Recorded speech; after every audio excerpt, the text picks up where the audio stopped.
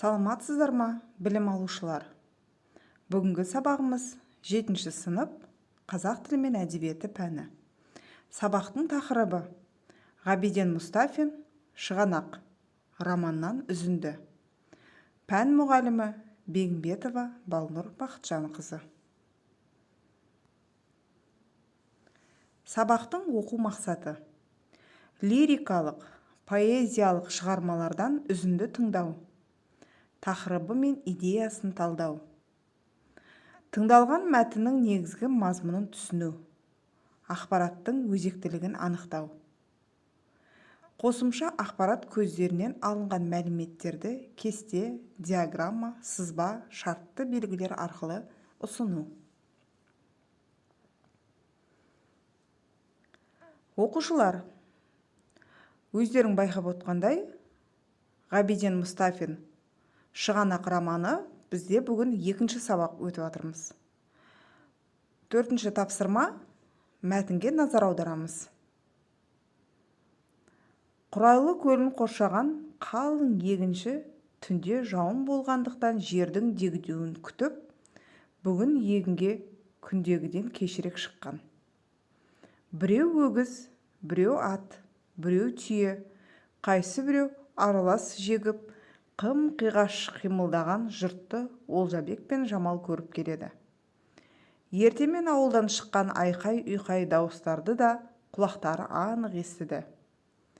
«Әй, егеуді қалдырма, егеуді!»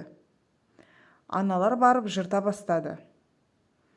«Мәулікейді оятындар, Мәулікейді!» Егіс бастағалы бір қатар күндер өтсе де, ауыл әлі даурығуын қойған жоқ. Көз алмай қарап келе жатқан Олжабек қабағын бір шытып күбір етті. Жұмыстарында өнім жоқ. Өгіз бен сиырды аралас жеккен бір бөлек егінші қара жолда жектейіс соқасын жаңа ғана салған екен. Олжабектер келіп, солардың қасына тоқтады. Олжабек көзі көліктерде. «Ана сиыр бұзау бере ме енді? Обалай!» деген ойда тұрғанда. «О, жігітім, жол болсын!» деді егіншілердің ішіндегі сақалды біреуі. Жасы үлкен адамға сәлем бермеген есіне түсіп Олжабек «Ассалаумалейкум» дегенде түйенің үстінде отырған Жамал мырс етті. Егінші де күліп жіберді. Бәсе, жасың кіші көрінеді ғой, шырағым, деді де сорайған мойнын соза түсіп Жамалға. Есенбісің, балам, ал жөніңді білдір. Танымадық, деді Олжабекке. Олжабек жөнді айтпады. Сұрастыра келе шалдың кім екенін өзі жақсы біліп алды. Оған кездескен осы елдегі пышақшы Мешел дейтін адам еді. Білгенінше жай жапсардың бәрін айтты. Олжабек сұрай берді. Отағасы сонымен колхоз егінін салып жатырмыз, деді. Иә, шырағым, әйтеуір қауым болып кіріскен іс қой, Тәңірі тек оңын берсін.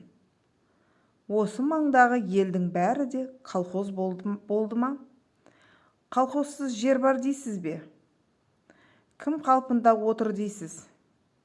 Бәсе, елдің бәрі ақ осыған келді деседі ғой. Дегенмен, ортақ өгізден оңаша бұзау жақсы да. Әй, балам-ай, ол заман мен бұл заман бір ме? Заманына қарай амалы да бар емес пе? Оқушылар, мәтінді тыңдап болсаңыздар, келесі дайындалған бейне роликке назар аударамыз.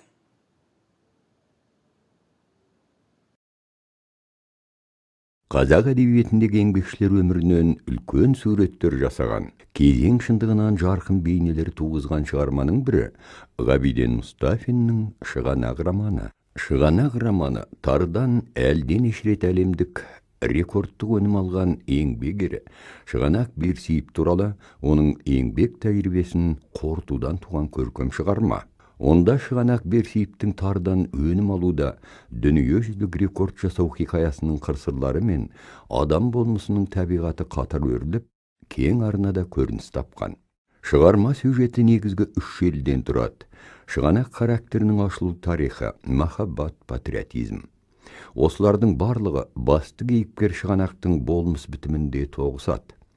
Шығанақ характері оның тар өнімін молайту жолындағы қажырлы күресі барысында ашылады. Тардан мол өнім алу Шығанаққа оңай түспейді.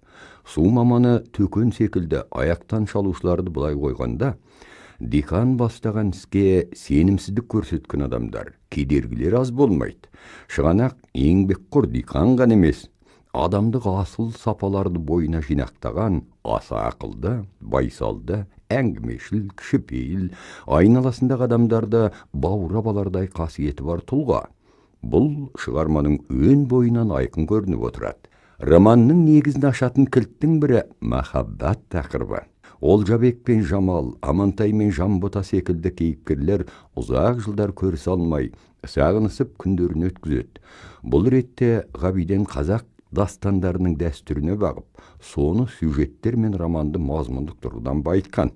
Романның алғашқы тарауының өзі бас кейіпкермен емес, Олжабек пен Жамалдың көшінен басталады. Шығанақтың жанкиярлықпен еңбек етіп, әлемдік рекорд жасауы және соны соғыс, жеңіс мүддесіне арнау жолындағы суреттер басты кейіпкер тұлғасын асқақтата түсіп, отанға деген сүйіспеншілігін танытады. Шығанақ романы бір адамның әлемдік рекорд жасаған ерлігін көрсету жолы мен қазақ халқының шығармашылық қабілетінің қандай екендігін танытқан, әлемдегі қай халықтан да кем түспейтін жаңашыл рухын тамаша реалистік қуатпен суреттеп берген шығарма. Ал оқушылар бейнероликті көру барысында және де мәтінді тыңдау барысында көптеген мағлұматтар алды деп ойлаймын. Ал енді ары қарай сабағымызды жалғастырамыз. Миға шабуыл. Оқушылар өткен сабақтарда еске түсіреміз. Ой шақыру. Екі бағанды сәйкестендір. Сұрақ және де жауап. Ал балалар, мал атасы. Өте дұрыс айтасыңдар. Мал атасы ойсыл қара, қамбар ата, зеңгі баба, шопан ата және де шекшек ата. Малдың төлдері. Қанекей, кім дұрыс жауап береді? Дұрыс айтасыңдар, малдың төлдері бота, құлын, бұзау, қозы, лақ. Өте жақсы. Ал енді оқушылар, сүттің қандай қасиеттері бар? Сұйық, ақ түсті, үйтін қасиеті бар. Өте жақсы. Малдың пайдасы. Малдың адамға әкелетін пайдасы еті, сүті, терісі. Өте жақсы. Ал енді осы малдардың барлығын кім бағады? Дұрыс айтасыңдар, түйеші, жылқышы, шопан және де бақташы. Ал оқушылар, өткен сабақты да есімізге бір түсіріп алдық. Сабағымызды әрі қарай жалғастырамыз. 5-ші тапсырма, сұрақтарға жауап бер. Алдын оқылған мәтін не жайында? Мәтіндегі кейіпкерлерді ата. Ортақ өгізден оңаша бұзау артық дегенді қалай түсінесің? Мәтін басындағы дағдарыс ненің себебінен болып жатыр? Оқушылар, бұл 5-ші тапсырманы дәптерлерімізге жазбаша түрде сұрақтарға жауап жазамыз. Келесі тапсырма үй жұмысы. Өзіндік жұмыс. Кейіпкерге хат. Қолданылатын негізгі сөз тіркестері.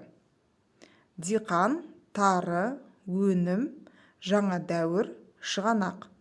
Оқушылар, сендерге берілген сөз тіркестерін пайдалана отырып, кейіпкерге хат, яғни шағын мәтін құрап жазасыңдар. Ал іске сәт. Назарларыңызға рахмет. Қош сау болыңыздар.